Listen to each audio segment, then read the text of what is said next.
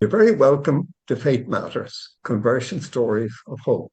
My guest today is from Italy. As a child and young boy, he suffered immensely. Sadly, the suffering was inflicted by his own parents. He found his refuge in drugs, and by the time he was an adolescent, he was on heroin. He built up quite a business as a drug dealer, moving between France, Holland, and Italy. In fact, he left the business, so his life was under threat, and he finished up destitute and ill, living in a train station in Turin. That he's alive today is a real miracle, an extraordinary miracle. He now lives in Mayo, and it's a true privilege for me to introduce you to Davide Barbieri. Davide, you're very welcome. Thank you so much for coming on. David, thank you very much for inviting me. I praise the Lord for the gift that God has given you to interview people like myself that had a tough life, but through prayer and the intervention of God and His Blessed Mother, rediscover the gift of life. So, David, my life started in a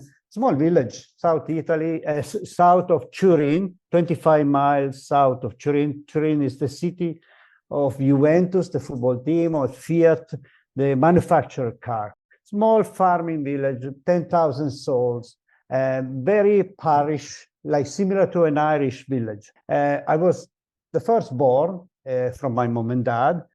I'll replay the last few minutes of last week's program and continue into the rest of my interview. I had an overdose and I fell asleep in a river. So I took so much heroin at maybe 7 o'clock in the morning, sitting beside a river in January, where temperature in January goes down to -10. And I OD and I fell with my right side of the body into the side of the river. So the water was running through my leg and my right side, okay? And I was there from, we say, 9 o'clock in the morning until they found me at 5 p.m. Only by the miracle of God. There was a gentleman taking his dog for a walk to do his business, and he saw me because he had a little torch. In Italy, at 5 p.m. is dark. And he saw me and he called the guards and he called an ambulance and they came. And I wasn't dead because I had a very heavy, say, leather jacket, the RAF, the pilot that drive aircraft, and a lot of jumper. So it protected my heart. But for a week, I was completely frozen. So all my right side was frozen. I couldn't feel my legs. I couldn't feel my arm. I couldn't move them. The water was so cold that it froze. So I was in hospital for a week. And the consequence of that, my right kidney doesn't work. There's a big stone of urine since 1990 stuck in my kidney. So I lost the function. We say if your kidney works 100%, my only work 15. So my health wasn't great. I have no veins. I didn't know, if I lifted my hands for more than 2 minutes, I don't feel nothing. I will get, it's bad circulation, what I mean? My teeth start to fall, rotten, because the poor diet, the drink, the drugs every single day. And because you don't go to the dentist, and you couldn't care less, what I mean? So there were, a serious issue with my dental and my liver, my stomach. So you can imagine, I wasn't well physically, mentally, but still living. Still going on, what I mean? For the grace of God, and today I say, but at the time I didn't know why. The lifestyle brought me to a day in a pub. I met a lady.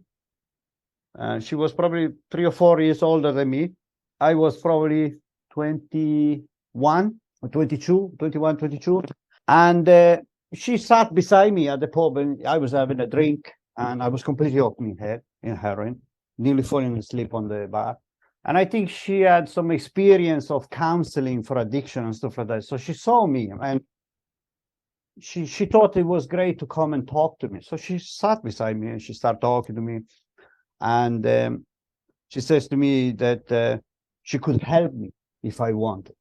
And I said, I don't need any help. Honestly, I mean? I don't need anyone.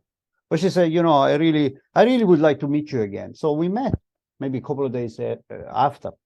And in a playground for ice cream in the afternoon. Very strange. But she had a daughter, a small daughter, maybe 6, and she was beautiful. The daughter was beautiful. And I was sitting on a bench smoking a cigarette, and the mom was telling me about few center that I could have gone and get detox and get a new life, and no interest whatsoever. So it was going in from one ear, going out from one. But my eyes were looking at that girl going from the swing to the, from the swing to the play. She was running, she was smiling, she was free, she was loved. She had a mom. She lost her husband. I discovered only after she lost her husband in an accident. So she was a widow. So she was loved by that mother and was very visible by her freedom, by her joy. And the only thing that was in my head when the mother was talking into my ear, the strong desire to be like that child. But I knew it was impossible because it's too old. And I didn't know even where to start to get the freedom, that joy. I never saw that girl again because he actually hurted me. The reality of that child really touched something more deeper than the drugs, the lifestyle, or whatever happened in my life. It really touched something in my soul, and was the desire to be free, the desire to be able to smile, the desire to be, that true freedom of an innocent child. And I lost it completely. I lost it. So that was the beginning. And from that day, I went back to the criminal family and I said to them, I can't do this life anymore. And the man says to me, what do you mean?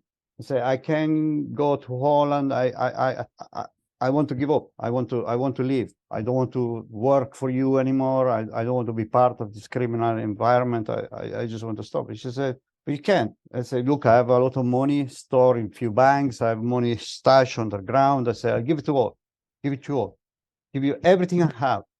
Let me go. And he said, but you know a lot of secrets. And I say, I do. I say, but also I want to remind you, for the last 11 years, I made you a very wealthy man. And I have enough. And he took pity on me and he let me go. And I gave all the money I had, all of it. Thousands. You gave it to him? Yes. I bought my freedom. You bought your freedom. From the criminality, we say. Not from the drugs, just from the criminality. So that child started something in me. It's a slow process, okay?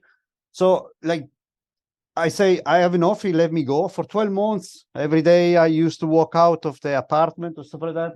I used to look, you know what I mean? I knew he was coming. I didn't know when. I accepted that maybe one day someone put a bullet in my head and I don't even see who he is. I just feel it. You know what I mean? I just get killed because they're afraid of the secrets that you carry.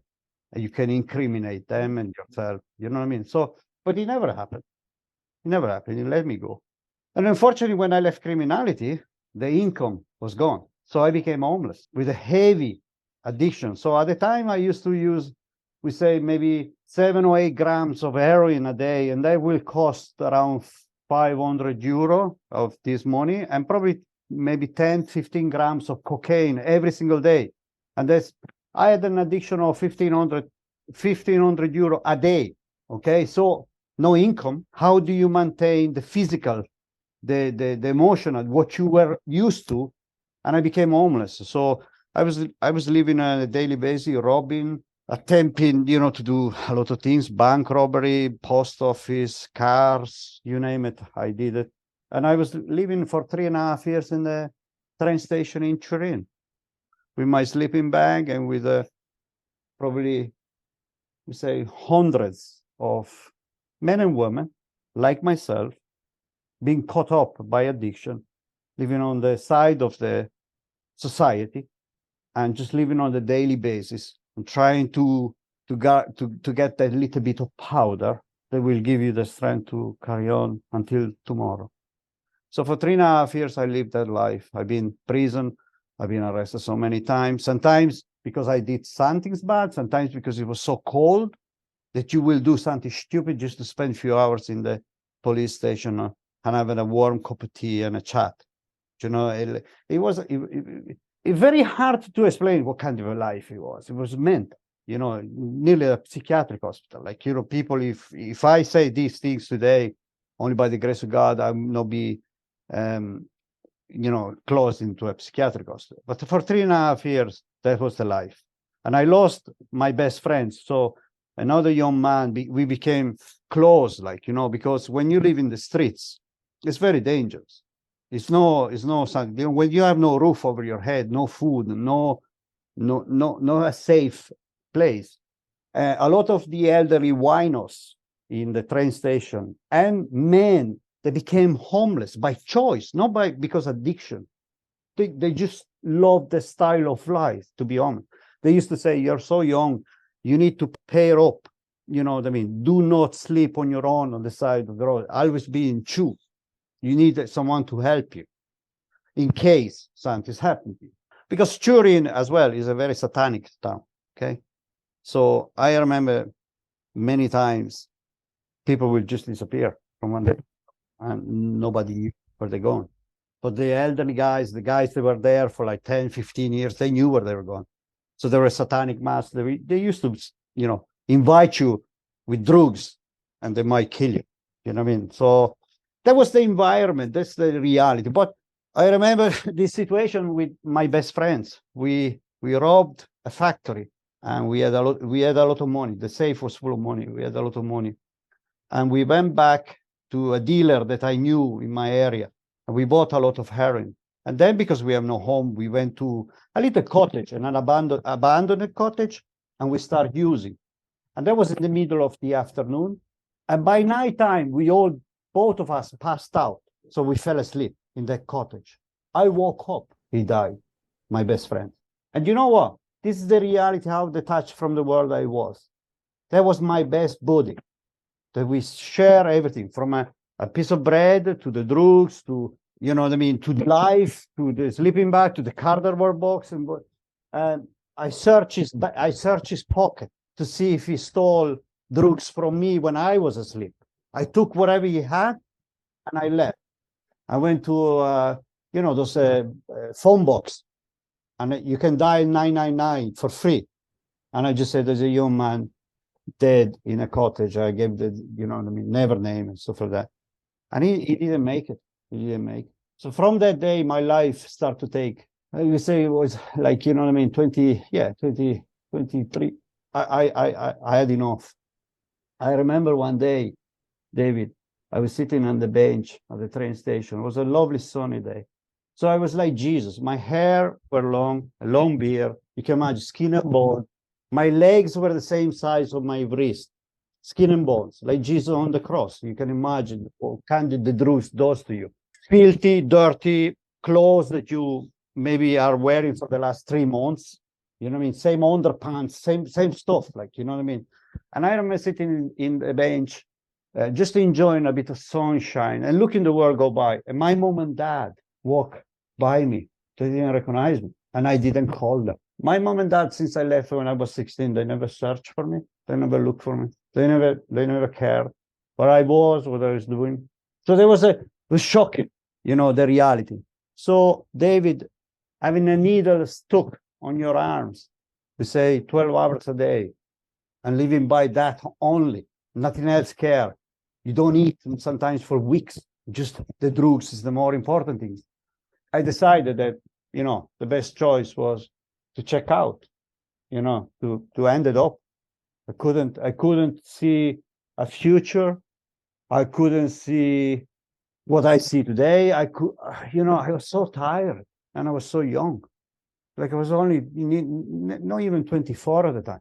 So I attempted suicide 5 times in a space of maybe 6 months.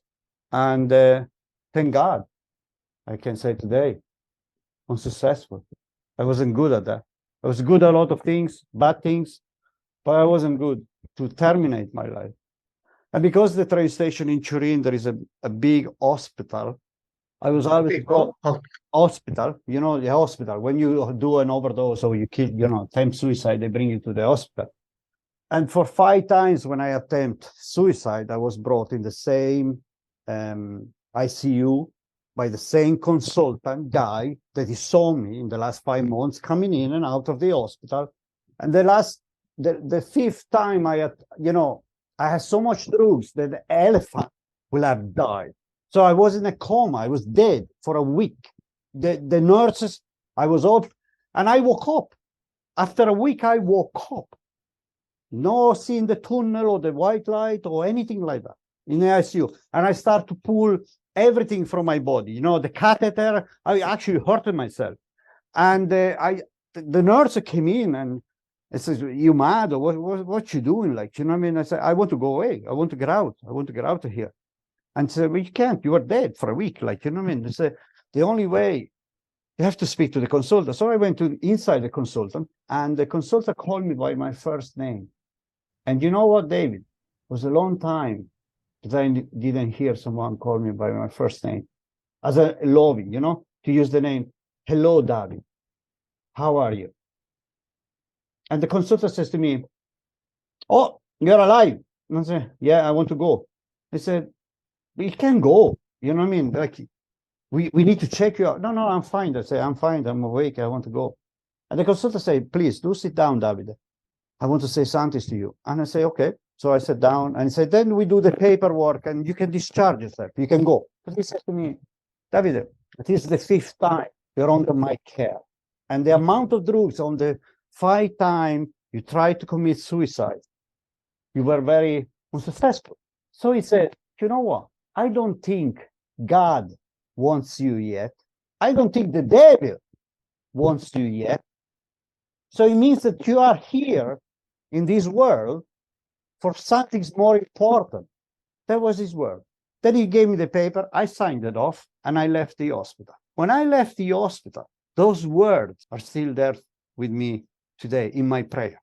And every time I pray, I say, "God, you don't want me yet. So whatever you send me today, give me the strength and I'll fight it for you." But those words brought me back to the train station where I was living. So I went looking for my sleeping bag, my cardboard box, because we are a community, it's a family. They don't touch it, it's there. And I went to take heroin. I bought some heroin and I used. And there was a Monday night, okay?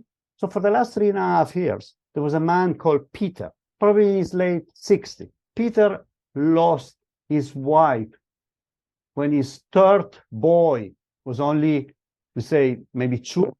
So he has 3 boys. So Peter cared for those 3 boys. They all had job like engineering, like big job.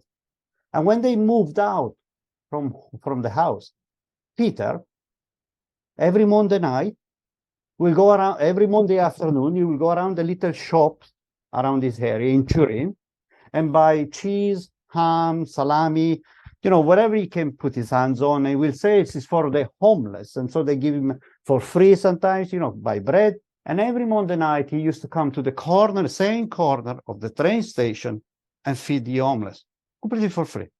That was his job. He left, so his kids are gone, his wife is dead, and he comes and gets this beautiful gift that God has given Peter to the homeless. Then Monday night, I went around because I knew Peter was around. And Peter looked at me and says, "How are you, my son?" And I said, "Oh, I'm grand." So I told him, you know, I was in coma, dead. And he said, "You know, one thing I want to say to you, you know, God loves you so much." And I said, "You sure?" I said, "You know, God doesn't know me and I don't know him." He said, "I tell you, my son, God loves you so much.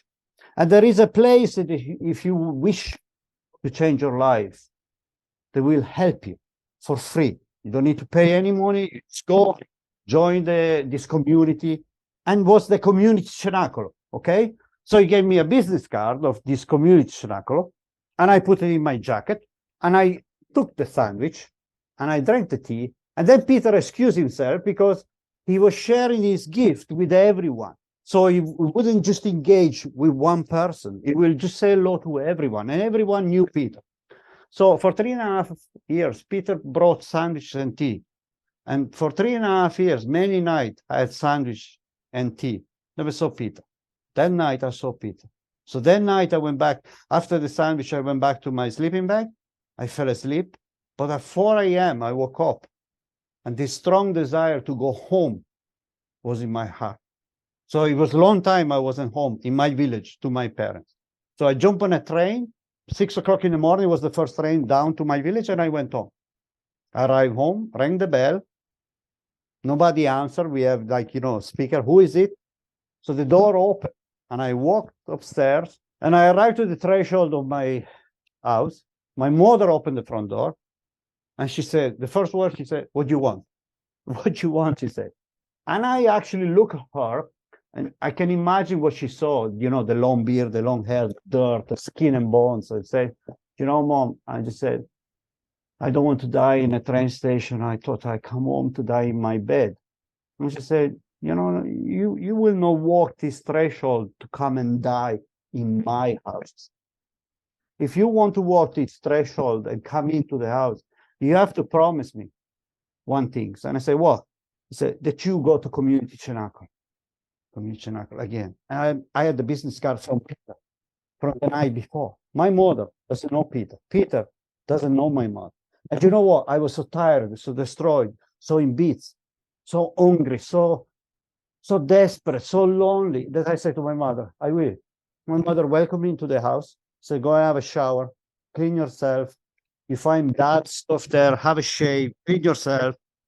So I did. And I remember having a bite to eat. My father came back. My father cried when he saw me. And that was beautiful. I still remember today. He didn't say a word. Like my mother said, "What do you want?" He didn't say a word. My father cried. And my father passed away in 2019, okay? That was 1996. Every time I saw my father, from 1996 to 2019, he always cried. He always had tears in his eyes, tears of joy, because like the prodigal son, he was aware of what he has done when I was a child. And he was aware as well that God, that wherever, brought me back where I started. So my father cried, and then my mother said, "Were you taking drugs?" I said, "Yeah." I said, "What's going to happen in a few hours' time?" I said, "It's going to be tough, Mom. It's going to be very tough. I'm going to be very sick." And she said, "That's fine." So she brought me to my bedroom. So in my bedroom, there's only one door in. There's a bathroom. There's only a window door that brings you out to a small balcony, okay?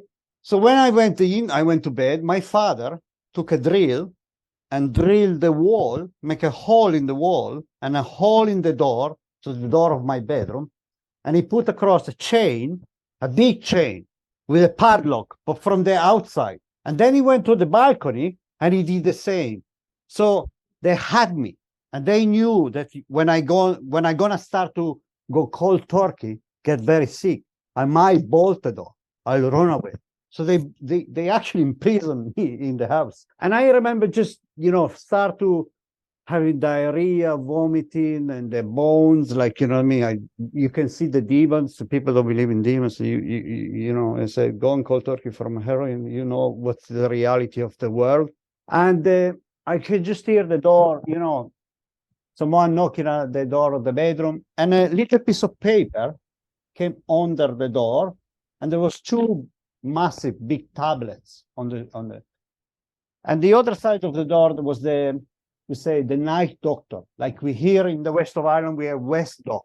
Okay, so if your GP is not available in the middle of the night, you can call this doctor at nighttime and they come to the house. And because this doctor was a friend of my dad, he knew a little bit of the situation, and they explained, I was going cold turkey. I said, take those tablets and go to bed. So spend 2 days in bed, and the tablets helped, honestly, and maybe God helped too. And by the third day, I was in Community Cenacolo, skin and bones, very few teeth in my mouth, broken. Police looking for me everywhere. They came even to the house, and my mother defended me.